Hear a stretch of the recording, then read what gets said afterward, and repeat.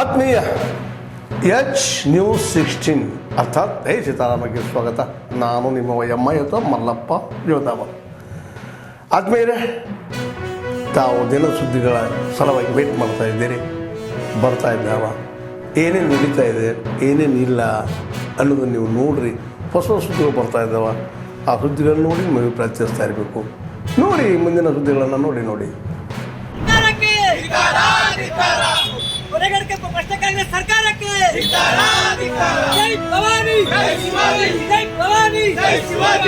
ರಾಜೀನಾಮೆ ಕೊಡಲೇಬೇಕು. ರೇಖಾ ಖರ್ಗೆ ಅವರು ರಾಜೀನಾಮೆ ಕೊಡಲೇಬೇಕು. ಜೈ ಶಿವಾಜಿ, ಜೈ ಶಿವಾಜಿ. ಭಾರತ್ ಮಾತಾ ಕಿ ಆವಾಜ್ ದೋ, ಆವಾಜ್ ದೋ. ಭಾರತ್ ಮಾತಾ ಕಿ, ಭಾರತ್ ಮಾತಾ ಕಿ. ಖರ್ಗೆ ರಾಜೀನಾಮೆ ಕೊಡಲೇಬೇಕು. ಪ್ರಿಯಾಂಕಾ ಖರ್ಗೆ ಅವರು ರಾಜೀನಾಮೆ ಕೊಡಲೇಬೇಕು. ಒದಗಿಸಲೇಬೇಕು. ಏನದು ರಾಜ ಗುಂಡ ರಾಜ.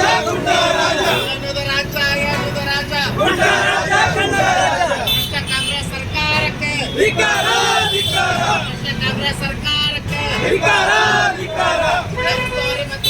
ರಾಜೀನಾಮೆ ಕೊಡಲೇಬೇಕು.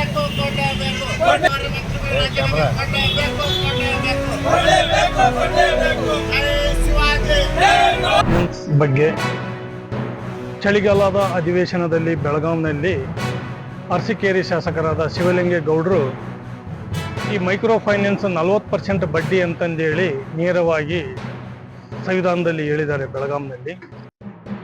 ಈ ಬೆಳಗಾಂನಲ್ಲಿ ಹೇಳಿದಂಥ ಒಂದು ಮಾತನ್ನು ತಗೊಂಡು ನಾವು ಪ್ರತಿಯೊಂದು ಹಳ್ಳಿಗೂ ಪ್ರತಿಯೊಂದು ಜನಕ್ಕೂ ನಾವು ಅರಿವನ್ನು ಜಾಗೃತಿಯನ್ನು ಮೂಡಿಸ್ತಾ ಇದ್ದೀವಿ. 40% ಬಡ್ಡಿ ರೀತಿಯಲ್ಲಿ ತಗೊಂಡು ಅವ್ರಿಗೆ ಕಟ್ಟಕ್ಕಾಗಲಾರ್ದಲೇ ವಾರ ಪಾವತಿಸಲಿಕ್ಕೆ ಕೈಲಿ ಆಗಲಾರ್ದಂತಹ ಜನಗಳಿಗೆ ನಾವು ಹೇಳ್ತಾ ಇದ್ದೀವಿ.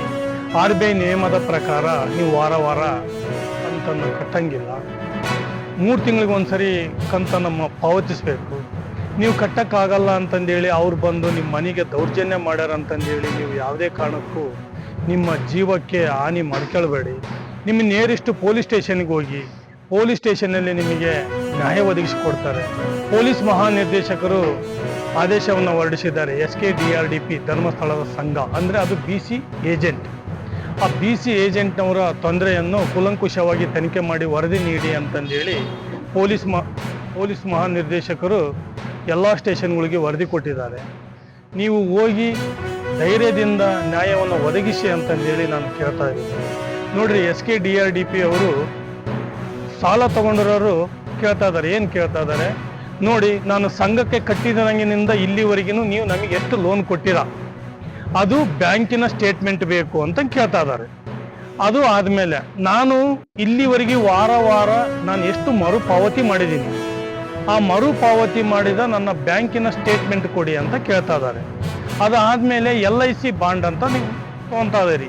ಆ LIC ಬಾಂಡ್ಗೆ ನೀವು ನಮ್ಮಲ್ಲಿ ಎಷ್ಟು ಹಣ ತಗೊಂಡಿರಿ, ನೀವು ಅಲ್ಲಿ ಎಷ್ಟು ಕಟ್ಟಿ ರಸೀದಿನ ನಮಗೆ ಕೊಟ್ಟಿರಿ, ಆ ರಸೀದಿ ನಮಗೆ ಕೊಡ್ರಿ ಅಂತ ಕೇಳ್ತಾ ಇದ್ದಾರೆ. ಆ ರಸೀದಿ ಕೊಡೋಕ್ಕೂ ರೆಡಿ ಇಲ್ಲ.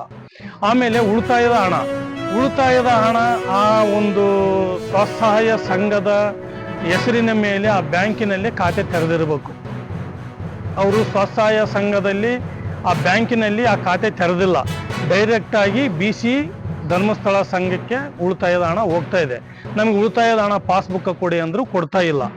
NRLM ಕೇಂದ್ರ ಸ್ವಸಹಾಯ ಸಂಘಗಳಿಗೆ 3% ಸಹಾಯಧನವನ್ನು ಕೊಡ್ತೈತಿ. ಆ ಸಹಾಯಧನ ನಮಗೆ ಕೊಡ್ರಿ ಅಂದ್ರು ಆ ಸಹಾಯಧನದ್ದು ಸ್ಟೇಟ್ಮೆಂಟ್ ಕೊಡ್ತಾ ಇಲ್ಲ. ಇವೆಲ್ಲ ಕೇಳಿದರೆ ಅವ್ರಿಗೋಗಿ ದೌರ್ಜನ್ಯ ಮಾಡ್ತಾರೆ. ಅದು ದೌರ್ಜನ್ಯ ಬೇಡ. ಅವ್ರಿಗೆಲ್ಲ ನ್ಯಾಯಯುತವಾಗಿ ಅವ್ರಿಗೆಲ್ಲ ಸ್ಟೇಟ್ಮೆಂಟ್ ಕೊಡಿ, ಅವ್ರ ಕಡೆಗಿಂದ ಕಡ್ಸ್ಕೊಳದ ನೀವು ಕೂಲಂಕುಷವಾಗಿ ಕಡ್ಸ್ಕೊಳ್ರಿ ಅಂತಂದು ಹೇಳಿ ಹೇಳ್ತಾ, ದೌರ್ಜನ್ಯ ಅನ್ನೋದೇನು ಮಹಾ ದೌರ್ಜನ್ಯ. ನೋಡ್ರಿ, ಎಷ್ಟೋ ಹೊತ್ತೇಲೆ ಹೋಗಿ ಹೆಣ್ಮಕ್ಳು ಬಚ್ಚಿಟ್ಕೊಂಡಾರೆ, ಆಕಳ ಮಾರಿ ಕಟ್ಟ್ಯಾರ, ಕುರಿ ಮಾರಿ ಕಟ್ಟ್ಯಾರ, ಸಾಕಷ್ಟು ಒಬ್ಬರು ಎಮ್ಮಿ ಮಾರಿ ಕಟ್ಟ್ಯಾರ. ಇವನ್ನೆಲ್ಲ ನಮಗೆ ಫೋನ್ ಮಾಡಿ ಹೇಳ್ತಾ ಇದ್ದಾರೆ. ನಾವು ಅಲ್ಲಿ ಕೂಲಂಕುಷವಾಗಿ ಹೋಗಿ ನೋಡ್ಕೊಂಡು ಬಂದಿದ್ದೀವಿ. ಬಡವ್ರನ್ನ ಇವ್ರು ಇನ್ನೂ ಶಿವಲಿಂಗೇಗೌಡರು ಹೇಳ್ದಂಗೆ ಬಡವ್ರನ್ನ ಇನ್ನೂ ಇವರು ಬಡವರಾಗಿನೇ ಹಳ್ಳಕ್ಕೆ ದೂಗ್ತಾ ಇದ್ದಾರೆ. ಇವರು ಬಡವ್ರನ್ನ ಯಾವುದೇ ಕಾರಣಕ್ಕೂ ಉದ್ಧಾರ ಮಾಡೋಂಥ ಮನಸ್ಥಿತಿ ಈ SKDRDPಗೆ ಇಲ್ಲ. ಇದು ಮುಂದಿನ ಹೋರಾಟ ಸರ್ಕಾರ ಎಚ್ಚೆತ್ಕೊಂಡು ಇದ್ರ ಮೇಲೆ ಸೂಕ್ತ ಕ್ರಮ ಜರುಗಿಸಿ ಇದನ್ನ ಇಲ್ಲಿಗೆ ಬಂದ್ ಮಾಡಿದ್ನಪ್ಪ ಅಂದ್ರೆ ಅದು ಒಳ್ಳೆಯದು. ಇಲ್ಲ ಅಂದ್ರೆ ಪ್ರತಿ ಹಳ್ಳಿಯಲ್ಲಿ, ಪ್ರತಿ ಓಣಿಯಲ್ಲೂ, ಪ್ರತಿ ಗಲ್ಲೆಯಲ್ಲೂ ಜನ ದಂಗೆದಳಂತ ಒಂದು ಕಾಲ ಬಂದಿದೆ. ಜನನೇ ಕೋಲು ಕಟ್ಟಿಗೆ ಹಿಡ್ಕೊಂಡು ಬೀದಿಗಿಳಿತಾರೆ, ಬೀದಿಗೆ ಹೋರಾಟ ಮಾಡ್ಲಿಕ್ಕೆ ಇಳಿತಾರೆ. ಇದನ್ನ ಆದಷ್ಟು ಮಟ್ಟಿಗೆ ಎಚ್ಚೆತ್ಕೊಂಡು ಇದು ಟೋಟಲ್ ಆಗಿ ಮೈಕ್ರೋ ಫೈನಾನ್ಸ್ಗಳನ್ನು ಬಂದ್ ಮಾಡ್ಬೇಕಂತಂದೇಳಿ ಎಲ್ಲ ಸಾರ್ವಜನಿಕರ ಪರವಾಗಿ ನಾನು ಕೈ ಮುಗಿದು ಕೇಳ್ಕೊಂತೀನಿ. SP ಅವರಿಗೆ ನಾಳೆ ದಿನಾಂಕ 30/12/2024 ಕಲಬುರಗಿ ಸೂಪರಿಂಟೆಂಡೆಂಟ್ ಆಫ್ ಪೊಲೀಸ್ ಅವರಿಗೆ ಮತ್ತು ಇನ್ಸ್ಪೆಕ್ಟರ್ ಆಫ್ ಜನರಲ್ ಪೊಲೀಸ್ ಅವರಿಗೆ IGP ಅವರಿಗೂ ನಾವು ಮನವಿಯನ್ನು ಸಲ್ಲಿಸ್ತಾ ಇದ್ದೀವಿ. 10ವರೆಗೆ ಮನವಿ ಸಲ್ಲಿಸಿ ಇವರಿಗೆ ಯಾವುದೇ ದೂರು ಬಂದ್ರೂ ಇದನ್ನು ಸ್ವೀಕರಿಸಿ ಈ ಇಮಿಡಿಯೇಟ್ ಆಗಿ ನ್ಯಾಯ ಒದಗಿಸಿ ಕೊಡಬೇಕೆಂದು ಅವರಿಗೆ ನಾವು ಮನವಿ ಕೊಡ್ತಾ ಇದ್ದೀವಿ. ನನ್ನ ಹೆಸರು ರಾಮಕೃಷ್ಣ, ರಾಜ್ಯ ಮಾಹಿತಿ ಹಕ್ಕು ಮತ್ತು ಸಾಮಾಜಿಕ ಕಾರ್ಯಕರ್ತರ ಹೋರಾಟಗಾರರ ವಿಜಯನಗರ ಜಿಲ್ಲಾ ಅಧ್ಯಕ್ಷ. ಕಲಬುರಗಿಯ ಸಮಸ್ತ ಹಿಂದೂಪರ ಸಂಘಟನೆ ನೇತೃತ್ವದಲ್ಲಿ ಒಂದು ಹೋರಾಟ ಮಾಡ್ತಾ ಇದ್ದೀವಿ. ಯಾಕಪ್ಪ ಈ ಹೋರಾಟ ಅಂದರೆ ಅಂಧಶ್ರೀಗಳಿಗೆ ಈಗಾಗಲೇ ಜೀವದ ಭಯ ಇದ್ದು ಈಗಾಗಲೇ ಅನೇಕ ಇದೇ ಇಶ್ಯೂ ಅಂತಲ್ಲ, ಈ ಮೊನ್ನೆ ಆದಂಥ ಒಂದು ಬೀದರ್ನ ಸಚಿನ್ ಎಂಬ ಹುಡುಗ ಏನು ತನ್ನ ಡೆತ್ ನೋಟ್ನಲ್ಲಿ ಬರೆದಿಟ್ಟಂಥ ಏನೋ ಒಂದು ಬರದಲ್ಲಿ ಅಂಧಶ್ರೀಗಳಿಗೆ ಕೂಡ ಹತ್ಯೆ ಮಾಡುವ ಒಂದು ಸ್ಕೆಚ್ ರೂಪಿಸಿದ್ದಾರೆ. ಅದು ಇಲ್ಲಿ ಇರುವಂತಿರಲ್ಲ, ಈಗಾಗಲೇ ರಾಜ್ಯಾದ್ಯಂತ ಎಲ್ಲ ಹಿಂದೂ ಹೋರಾಟಗಾರರಿಗೆ ಜೀವದ ಭಯ ಇದ್ದೇ ಇದೆ. ಅದಕ್ಕೆ ಒಂದು ದಿವಸ ಇದನ್ನು ಗಂಭೀರವಾಗಿ ಜಿಲ್ಲಾಧಿಕಾರಿಗಳಿಗೂ ಹಾಗೂ ಗೃಹ ಮಂತ್ರಿಗಳು ಗಂಭೀರವಾಗಿ ಪರಿಗಣಿಸಿ ಏನು ನಮ್ಮ ಅಂಧಶ್ರೀಗಳಿಗೆ ಸೂಕ್ತ ರಕ್ಷಣೆ ಕೊಡಬೇಕು, ಹಾಗೆ ಅವರಿಗೆ ಅಂಗರಕ್ಷಣೆ ನೇಮಕ ಮಾಡಬೇಕಂತ ಇವತ್ತಿನ ದಿವಸ ನಾವು ಒತ್ತಾಯ ಮಾಡ್ತಾ ಇದ್ದೀವಿ. ಒಂದು ವೇಳೆ ಅಂಧಶ್ರೀಗಳಿಗಾದ್ರೆ ಏನಾದರೂ ಹೆಚ್ಚು ಕಡಿಮೆ ಆಗಿದ್ದೇ ಆದರೆ ಅದಕ್ಕೆ ಸಂಪೂರ್ಣ ಜವಾಬ್ದಾರಿ ಸರ್ಕಾರ ಹೋಗುತ್ತೆ. ಅದರ ಮುಂದಾಗುವ ಏನು ಏನೇ ಆಗಲಿ ಮುಂದಕ್ಕೆ ಸರ್ಕಾರ ಹೊಣೆಯುತ್ತೆ. ಇವತ್ತಿನ ದಿವಸ ನಾವು ಮಾಧ್ಯಮ ಮುಖಾಂತರ ಎಚ್ಚರಿಕೆ ಕೊಡ್ತಾ ಇದ್ದೀವಿ. ಮೀಟಿಂಗು ನಮ್ಮ 4 ತಾಲೂಕಲ್ಲಿ ಮೈಕ್ರೋ ಫೈನಾನ್ಸ್ ಕಳೆದ 1 ತಿಂಗಳಿಂದ ಗೊಂದಲ ಸೃಷ್ಟಿಯಾಗಿದೆ. ಸುಮಾರು 15,000 ಜನಕ್ಕೆ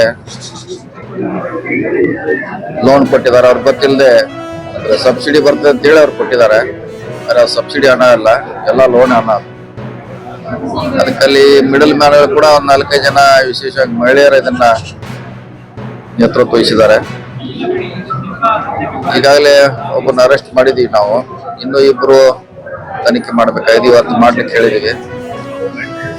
ಅದಕ್ಕೆ 3 ಪೊಲೀಸ್ ಅಧಿಕಾರಿಗಳನ್ನ ನೇಮಿಸುವಂತ ಪ್ರಯತ್ನ ಮಾಡಿದ್ವಿ. ಸೊ ಏನಾಗಿದೆ, ಯಾಕಾಗಿದೆ, ಲೀಗಲ್ ಆಗಿ ಆದ್ರೂ ಮನಿ 3ನೇ ವ್ಯಕ್ತಿಗೆ ಹೆಂಗ್ ಹೋಯ್ತು ಅನ್ನೋದು ಇಲ್ಲಿ ಪ್ರಶ್ನೆ ಬಂದಿದೆ. 3rd ಪಾರ್ಟಿಗೆ ಹೆಂಗ್ ಹೋಯ್ತು ದುಡ್ಡು, ಅವ್ರ ಅಕೌಂಟಿಗೆ ಬಂದ್ರು ಕೂಡ ದುಡ್ಡು ಅಲ್ಲಿ ಹೋಯ್ತದು, ಹೆಂಗ್ ಹೋಯ್ತು ಎನ್ಕ್ವೈರಿ ಮಾಡ್ಲಿಕ್ಕೆ ಹೇಳಿದ್ವಿ. ಆತ್ಮೀಯರೇ, ತಾವೆಲ್ಲ ನೋಡ್ತಾ ಇದ್ದೀರಲ್ಲ, ನ್ಯೂಸನ್ನು ನೋಡಿದ್ರಿ, ತಮ್ಮ ಅಭಿಪ್ರಾಯ ತಿಳಿಸ್ತಾ ಇರಬೇಕು. ಜೊತೆಗೆ ತಪ್ಪಿದ್ದಲ್ಲಿ ತಿಳಿಸುವಂಥ ಕೆಲಸಗಳನ್ನು ಮಾಡಬೇಕು. ಒಳ್ಳೆಯದಿದ್ದರೆ ಸ್ವೀಕಾರ ಮಾಡಿ, ಕೆಟ್ಟದ್ದನ್ನು ಬಿಡಿ ಅಂತ ಹೇಳ್ತಾ, ಇದು S16 ನ್ಯೂಸ್, ಸತ್ಯದ ಕೈಗನ್ನಡಿ. ವಂದನೆಗಳು.